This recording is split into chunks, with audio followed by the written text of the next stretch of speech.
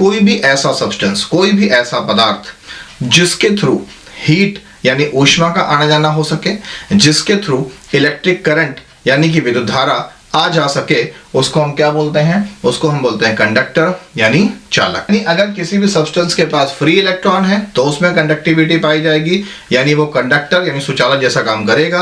और अगर उसके पास फ्री इलेक्ट्रॉन्स नहीं है, उसके पास फ्री आयंस हैं, तब भी वो कंडक्टिविटी शो करेगा।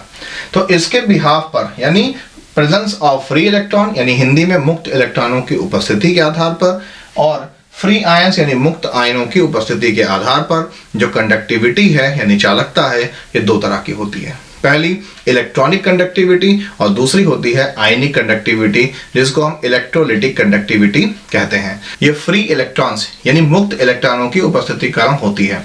लेकिन हमने इसको क्या कहा है? Metallic conductivity. क्यों? यानी हिंदी में धात्विक चालकता। क्यों?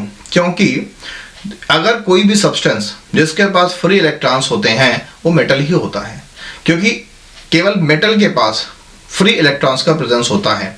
इसीलिए कोई भी ऐसे सब्सटेंस जिनमें कंडक्टिविटी इलेक्ट्रॉन के कारण होती है, यानी जिनके पास फ्री इलेक्ट्रॉन्स होते हैं उनके कारण होती है, उनको हम मेटल्स कहते हैं। तो ऐसी कंडक्टिविटी क्या कहलाएगी? मेटालिक कंडक्टिविटी कहलाएगी।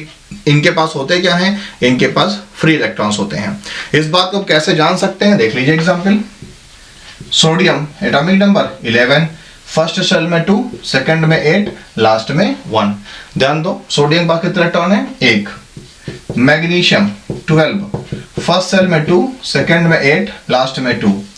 एल्युमिनियम 13, फर्स्ट में 2, सेकंड सेल में 8 और लास्ट सेल में 3 इलेक्ट्रॉन्स। तो आपको दिख रहा है कि सोडियम के आउटर मोस्ट ऑर्बिटल में 1 इलेक्ट्रॉन है, मैग्नीशियम के 2 है और एल्युमिनियम के 3 है।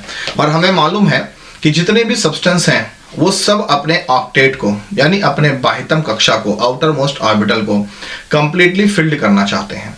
यानी हर एलिमेंट चाहता है कि हमारे आउटर मोस्ट ऑर्बिटल में पूरे 8 इलेक्ट्रॉन हो जाए, और इसी 8 इलेक्ट्रॉन को पूरा करने के लिए एटम रिएक्शन करता है। तो आपको दिख रहा है कि सोडियम के आउटर मोस्ट ऑर्बिटल में कितने इलेक्ट्रॉन है? 1। कितने कमी है 8 होने में? 7 की कमी है। ऐसी कंडीशन में सोडियम क्या करेगा? अपने इस आउटर मोस्ट ऑर्बिटल के इस इलेक्ट्रॉन को डोनेट कर देगा, और जब इस इलेक्ट्रॉन को डोनेट यानी त्याग कर देगा तो आउटर मोस्ट ऑर्बिटल यानी बाह्यतम कक्षा में कितने इलेक्ट्रॉन हो जाएंगे? 8। और सोडियम क्या हो जाएगा? स्टेबल हो जाएगा। तो सोडियम ने क्या दिया? इलेक्ट्रॉन। तो ये इलेक्ट्रॉन सोडियम के पास से कहीं जाएगा, क्लियर ना? तो अब ये इलेक्ट्रॉन कैसा हो गया? फ्री हो गया मूवमेंट के लिए। तो इसके साथ आप अगर चार्ज दे दोगे तो चार्ज आएगा जाएगा, हिंदी में आवेश। करंट दे दोगे, धारा आएगी जाएगी। हीट दे दोगे तो ऊष्मा आएगी और जाएगी।